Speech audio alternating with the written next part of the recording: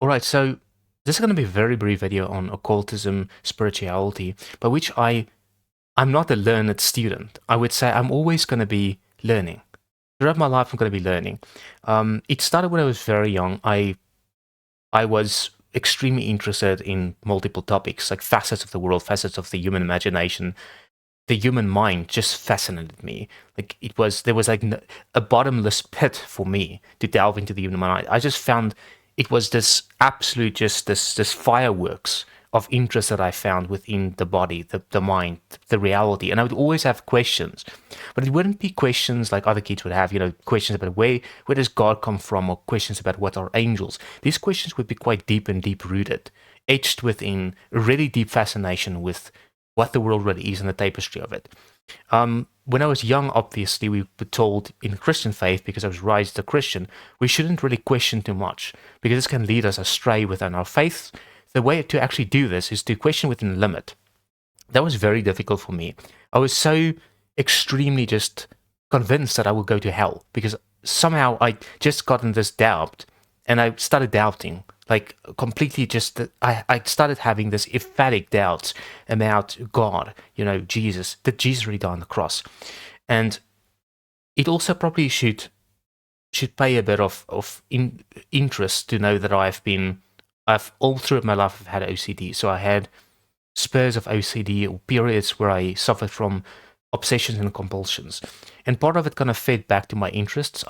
Part of it would be OCD related, and the other part of it would be surely just fascination with specific areas. I would say I was probably borderline autistic, and even now, to the point of my interests. Like, I do have these things where I would have phases where I'm just extremely interested in something, and sometimes these phases are lifelong. In my case, the interest in spirituality was lifelong. I was rather young when I started interpreting dreams. Like, I would look at people's dreams. I could physically just tell what was going on. I would read their poems. I just knew what was going on. And I'm not saying there was any scientism about this, but there was a general intuition throughout my life to see people and to feel their pain, and to interpret the venoms of their lives, and in such a way where I could inshape them within a better reality. And somehow there was promise. Like, it was almost like a crystal ball elixir. I could literally look into a crystal ball. It wasn't a factual reality, but it was something that was metaphysically opportuned to me each and every time, in which I found every time I read people, every time I look into their eyes, I could tell what was wrong. I could tell what their pains are, what their sorrows are, their proper path. So I was kind of like an oracle to some people when I was about 12 years old. So when I came into middle school, from primary to middle, I was a very spiritual kid, and people would consult me for dream interpretation, palm reading. They would consult me for graphology or handwriting analysis. I was extremely interested in handwriting analysis, even up till this day. So my interests were pretty spread and wide. And at the same time, it wasn't as if I had this gigantic or this biomorphical IQ. I didn't have a off the charts IQ or anything like that. I wasn't a brilliant kid or anything. I just had this intuition that would otherwise be noticed by people, and they would just like be kind of gobsmacked when they saw me or they met me. And it would either be my interest that would just it would propel them to get involved. Like, I would be a kid, and I would usually, my friends, my mates, would be a couple of years older than I was at school. It was always the case. I would always befriend or arrest people like a couple years older than I was when I was at school. And it was all throughout my life I've gotten, in specific friendships of people, I was always looking at seniors as potential aids for friendship. And it's something I've inherited even now in my life, that I look at far older people way older than decades older than I am sometimes, who can teach me something. And it's probably one of those things in the past where the teacher and the student, the teacher and the student paradigm, where you are going to the point in your life where you're always looking up to somebody else. You always want to look up to someone else. And as a person who is now in my mid-30s, it's kind of horrifying to think that there's nobody to look up to. Like, there's no Jesus Christ. Jesus Christ died when he was 32, I believe, or around the age of his early 30s. And now, Jesus is a great model for people, especially younger. I'm not saying he's not a model for people who are older as well, but there's the Christ or the Christening phenomenon in your life. And when you past a specific age and you reach a specific age, it's like that goes down. You have to look up to something else, and it's either going to be purpose or it's going to be a person who is far older than you are, so that person can still teach you, because it's awfully difficult to learn from somebody who's younger than you are. It's just awfully difficult. So what's gotten me into spirituality, or essentially the plaintive version of the occult or spirituality, is essentially that I was always afraid of it. Throughout my 20s, I was still a very practicing Christian. Eventually, I obviously gotten back to Christianity, but I was a practicing Christian, but this interest in the occult always kind of taunted me. It was always like, I'm actually afraid of it, and that's why I don't study it. So all through my life, it was like that thing that kept me, it was riding on my back. I knew at some point in my life I had to go back and really study what's the deeper tapestry of meaning, because I found there was always something embroiled within this universe, and I was, I was shackled in Christianity, and I felt there was so much more spiritual potential for me as a person, and Christianity could never offer me that. I wanted my own experience. I wanted to get out of the box, so to speak, and to climb out of the box, and I wanted to experience spirituality myself. I wanted to have divine revelation on my own terms. I wanted to annihilate religion and find my own path as such, to essentially experiment with what worked for me. So I was quite solipsistic when it came to spiritual life, and throughout that process was what got me to the emblem of looking for other paths in spirituality. Now, it was really difficult, and I've never noticed how difficult it really is. Essentially, when you're raised within an ethical system like Christianity or Buddhism, and you pretty much jump out of from the frying pan into the fire, and you're looking at all these other religions, all these other spiritual paths, and you don't really know how to really center yourself, because not least because these spiritual paths don't really have a blueprint to really how to live. And I found, if you really ask me what's the main problem with the occult spirituality, it's that problem. It's like you can be a child in the universe, and it's all good and well if you've got a parent. But if you've got no parents, getting awfully difficult. And that's kind of how I feel right now, is I'm looking at the occult and spirituality, and there's so many paths and so many practices. And you can, in one side of the spiritual practice, it's okay. So let me just say that it's terribly easy, hence the fact that we have Google today, to look at one spiritual path and to completely go and experience another spiritual path within an instance of a search.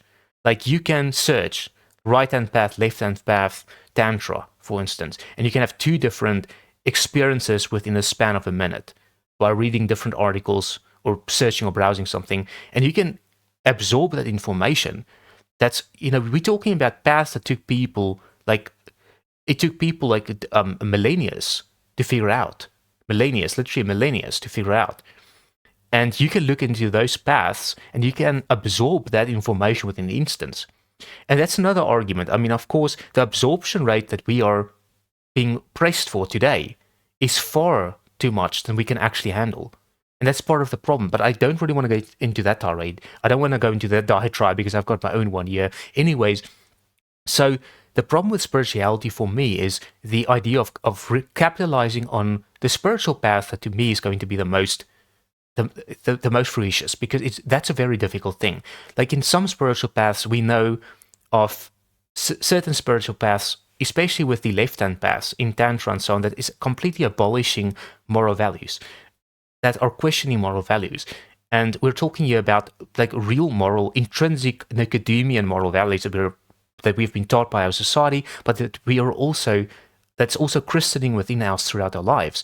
We're not just talking about moral values shown by society, but we're also speaking about moral values that we found to be true and the ones that we're actually living by.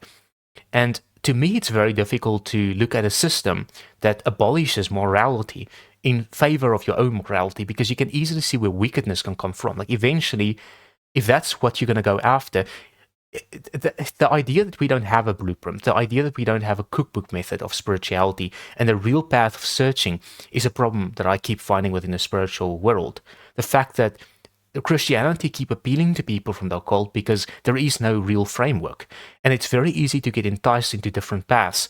And that's kind of just this is just a vlog, so I guess That's my problem with it. Like, if I look at it from a scholastic point of view, the occult can offer quite a lot of emblems of hope. Like, sure, we can look at a lot of potential, caveats and also chestnuts within the occult, within the spiritual practices that can really aid and help some people. But then again, the morality is a problem to me, because, like, at which point are you going to saturate your region of spiritual sacrifice to the point where it's only mutually inclusive to goodness? For instance, if you get into some spiritual path, we are talking about real sacrifice. We're talking about animal sacrifices, which is just spiritually illicit, morally illicit.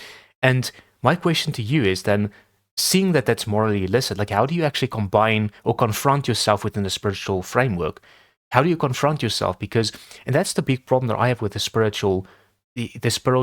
whole spiritual tapestry, or the ocean, the oceanic view of spirituality, the icebergian view of spirituality, essentially, is there's this iceberg of morality, or a permutation. Like, you look at a couple morals, if we look at the Ten Commandments, for instance, and you have set morals you're going to be doing, but the Ten Commandments are foundational to society. Like, the Ten Commandments aren't just religious, it's how our society imbibes its own morality. So the horribility of questioning the Ten Commandments is essentially that you have to come up or replace it with a different moral system. But that's difficult to do as an individual. But that's kind of part and parcel with occult is asking you of, is you got to find your own individual spiritual path.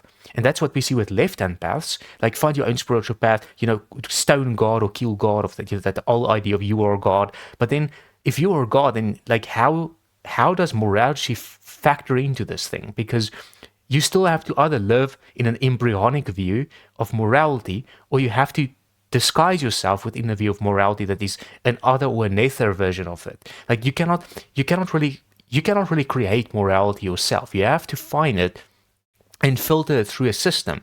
But if you're God, you can pick any system. You can pick any system you want to choose, and you can essentially do it. And I know a lot of people would disclose to me, or would essentially, they would clash with my view, and they would say, well, that's not really the whole point of occultic spirituality or occultic morals. And the reason it's not the case is because, well, morality is something that you are self-imposed. You are essentially choosing your own morality. But the problem with that, again, is that choosing your own morality doesn't, to me, show what is the correct framework of moral values or permutations of moral values. So if you look at the framework, what is that framework? Well, if it's in the occult tradition of what you instantiated, if it's self-instantiated, then it's got to be pliable. And if it's pliable, there is no real set values, which means that you can question your own morals, and you can corrupt yourself morally. And that's the problem I have, is the occult view should be imbued within the view of society. And I think that this is one of the major caveats when it comes to occult practices or occultic views, is the spiritual view is great. It's great to escape from a traditionalist mind or a fundamentalist orthodoxy of spirituality that was shackling a specific entity or person. And it's great then to have that eureka moment of actually breaking free from the shell and saying, I've had enough of this all. I want to break free from it. I'm going to get a new version of being or living that is enclasped within society that's my own way. But the problem is, when you take morality with you in that same, and you sacrifice it in a sacrilegious manner, the same way you do with religion, then you are left with literally nothing. You're standing on no foundation. And we also need to remember our humanity when it comes to the spiritual practice. Like, to me, I think the idea of being a light worker in the spiritual world is a fascinating concept. And, like, if how the New Age kind of, a lot of people bolster the New Age and say, well, the New Age is essentially bad. But if you look at the New Age spiritualities, there's a lot of love inside it, like light working, a lot of love. And New Age spirituality actually takes and extracts from a lot of faiths, even from Christianity. So, the light working realm of the New Age philosophy is essentially, it is good paths. It's about being good. It's about bestowing good morals onto yourself and enveloping yourself within those morals. And that's a very clear path. Like, I really like the path, essentially, of animism, of animistic New Agey type of thought, where I'm not really saying I'm ascribing to the New Age thought, but I like the idea of there's spirits around us, this pantheistic view that we're in a spiritual world, we are living outside of it. We are our communities in a way. That's where our sense of morality comes from it. We are our communities. We aren't individuals. We are a community in itself, and we are the people around us. And we are the propagation of the people around us and the people who were before us, our ancestors, and we're just living forth. And that, to me, provides a bigger backbone of why morality can uphold within a society or a spiritual practice, because the morality is being given by us, by society, and we're just living within it. But when you get into certain paths, like the left-hand path, they will tell you that we are our own gods and we are a part. The world, they adopt this Gnostic view where the world is essentially, we have, the matter is essentially evil and we have this divine spark in it. And, that analogy or that specific philosophy can definitely corrupt you, because you can imagine that if the world is evil, in the Gnostic or in the certain satanic philosophies, they believe that the world is evil. You have to escape from the world. You have to do all these sacrifices, and then it's clear why somebody can get corrupted. But at the same rate, they won't know that they're going to get corrupted because they're looking to get enlightened. And to which extent do you have to get enlightened? Well, there's no real ceiling. So you can get enlightened through understanding, for instance, your own reality being a blip, or you can get enlightened by doing sacrifices, which are some of these paths would actually bestow upon you or require of you. So at what point do you actually cross the line? And it's only morality that can show us that's what we shouldn't be doing. We should find spirituality within our own moral compass, and within the moral compass that we have evolved within. We shouldn't go outside of it, because the spiritual practice is an addendum to our moral path. It isn't apart from it. It isn't something we do in spite of it. It's something we do because of it, if it makes sense. We do it because we are already moral beings and we want to be better people. So spirituality should, the way I see it is that the reason we follow a spiritual path is to become better people. And we become better people when we're talking about people. People are moral agents. We're talking about community. So to become a better person, we have to be more communal. We have to be more husbandry to the community. We have to be more forgiving. We have to be more, kinder to our community. That type of values that the Bible were talking about, that was actually the societal values, essentially, that was entrapped within a specific religion. But you look at Confucian ethics, for instance, another ethical model, but you do see an overlap. The point is you work from an ethical frame, a communally ethical frame, to find spirituality, not the other way around. You don't create your own ethics from spirituality. You know who you are, and you find spirituality as an addendum or an addition or a supplementation to your path to a better personhood, rather than the other way around. And I do think that's where people go wrong, is it's very, very easy, and it's so easy to get entrapped within this spiritual path that are completely just nixing people and duping them into wrong or incorrect or malevolent or miscreantical paths. And it's very easy to get involved in these paths, and I can see why warnings like this have to exist. We have to have caveat emptors like these to show people, don't go about it. Spirituality should supplement your life. And I would like your opinion. I would like your perspective on this whole peripheral understanding of spirituality and what it really is for you. Like, there are specific factors of spirituality. I would say some founders of specific paths and religions that are very, I would say, people who are completely just homogenous in the spiritual world. We look at people like Aleister Crowley and so on, who have done a lot. I'm not going to call him a phony or fraud, but he's done a lot for the spiritual world. He's done a lot for the occult, especially, like for a large branch of the occult, at least until the late 1800s. He's been doing a lot for the branches, for several branches of the occult philosophies. But at the same time, he was a very corrupt person. I mean, you look at his life, you look at his account, you can't really. He didn't live an honest and sincere spiritual life. He wasn't a light worker, and I think this is the problem that I have. Is then you have influences from people who have definitely a left-hand idea of, or a crucifixion of good moral values. And it's difficult to see those people as emblems of a good spiritual life, because you become like them in a way. Like, you don't mind the fact that the person has sacrificed cats or sacrificed. And I think this, I'm not saying this is an absolute statement. I'm just kind of marking to the point that there are a lot of controversies about this person and about a lot of these individuals. And I think that's the problem when you're going to a spiritual path, is who do you look up to? Because if you're looking up to people who are morally corrupted, then they might say something that is tuning into what you believe, or tuning into or resonating with you well. But, at the same time, these people are morally corrupt. And you cannot physically follow their analogies. You physically just can't. And this is the prohibition, I think, when it comes to the spiritual life. Anyways, I'm just going to stop here.